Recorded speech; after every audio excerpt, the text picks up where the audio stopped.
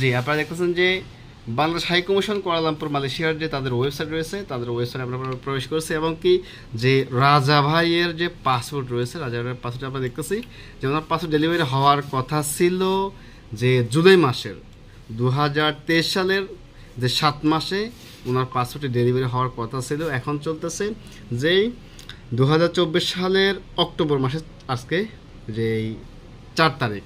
তো এখন বর্তমান অবস্থা আমরা দেখতেছি, দেখি কোন পর্যায়ে আছে।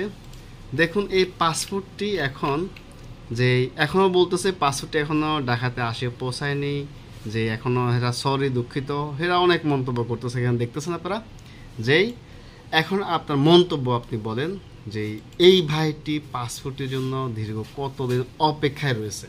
কেউ যদি আপনারা যে বিলিভ করতে কষ্ট হয়, ওনার যে আইডি নাম্বারটা নিয়ে একটু ট্রাই করতে পারেন, আর অন্য কোনো কাজ ইউজ করবেন না।